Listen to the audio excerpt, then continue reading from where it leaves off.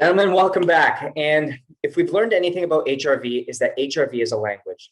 And it's a language telling ourselves how our body's handling the stress or strain in which we're placing on it.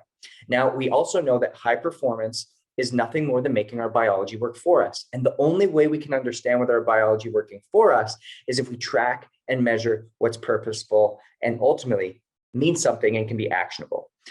I've talked to you guys about this before. Through Own It, we have coaching services. We have different testing protocols, from DNA testing to metabolic testing to cellular nutrient testing, so that we can figure out what your game plan is, your personalized blueprint to optimize the way in which you're working. Now, one of the big things that I want to talk about today is stress and the concept of stress. I know we've heard about it before, but there's three words, okay? Three words that I want you to realize and ultimately to recognize coming out of this, so we can figure out what we're looking at when we see HRV and what these things truly mean. So I'm going to share my screen with you again. Just bear with me while we get this locked in. And these three terms are something that are probably going to be very foreign to people, and that's okay. And so when we see these three terms, I want to come back to number one, which is homeostasis. Number two, which is alostasis. And number three, which is hormesis. Now, homeostasis is the balance point, okay? Think about this. If we were to draw a line, right here is homeostasis, okay? Right, nice and neutral, right in between here. Alostasis is our body chasing homeostasis. So when there's a stressor placed on our body, we change and we leave our homeostatic path, and we are in an allostatic stressed state. Okay, we know that this means stress, right? So when we see this allostatic state come up, we are now trying to bring it back down to homeostasis. And this is where we build capacity. So if this was a 1 mile run, we've never run before, we put our body in a state of allostatic stress, and then we came back down and recovered. Now, what do you think is going to cause a greater allostatic stress? A 1 mile run or a 10-mile run for somebody who's never done it? Obviously, the 10-mile run. It's going to take longer to get back to that homeostatic path. Now, if we were to do 1 mile over the course of 3 weeks, and then we would obviously see that that 1 mile would cause smaller and smaller dips in that allostatic path because we're growing capacity.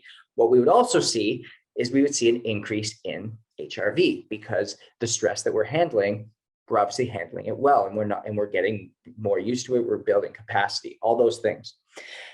Now, why does hormesis matter? Because hormesis is the choice to apply stress. There's a lot of these factors that are not by choice. Things that happen at work, things that happen in our family, emotional stress, mental stress, spiritual stress, a lot of things that we do not have the choice of. And so think about this for a second. If we are trending in a downward direction with HRV, a lot of people come in and say, ice baths, cold immersion, they are God's gift to the world. But if we were having a continual downward trend in HRV, and we know that we are moving, we're flying, we are having a death in the family, we are going through some business transition, whatever it may be, going and adding a new hormesis load, from changing our workouts to changing our diet to cold tubs to anything that's adding extra stress on us, is not the time to do it. And now we have the understanding and the wherewithal to understand when it's better to apply a hard stress to our body and when it is not. Because these three words, homeostasis, allostasis, and hormesis, are what our body operates off of. So now you can start to have this conversation in your head with yourself, that when you see your HRV dipping, you're like, my body is in an allostatic stressed state. I probably should not add any type of hormesis to my body. Thus, so I can get back to a homeostatic place and see an increase in HRV.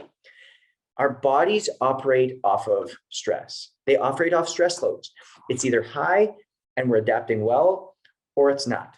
Those are two options that we have. And so the only way to build capacity is ultimately by coming back to our HRV and the habits in which we're engaging in.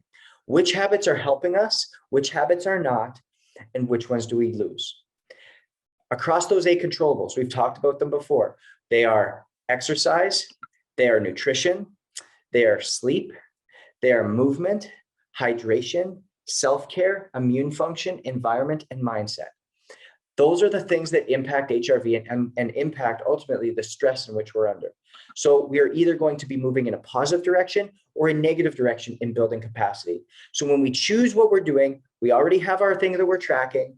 Let's figure out what we need. And that's why with our man-made group here, we can ultimately come in to own it and grab these different cellular tests, DNA tests, nutrient tests, metabolic tests to understand how this all works together. Remember, I've said this in other ones, but 25% off to anybody here to make sure that you guys can come in and get the coaching you need, get the guidance you need, get the personalized blueprint so that you can make the choices of what are going to bring you further and further and further and further away from that allostatic load and keep you in that state of homeostatic stress so that we can build capacity and operate at a high level. You guys have joined Man-Made because you love life. You have a massive thrill in life, and you have a massive purpose. And so when we track what matters, we can measure what matters, we can have the results that matter.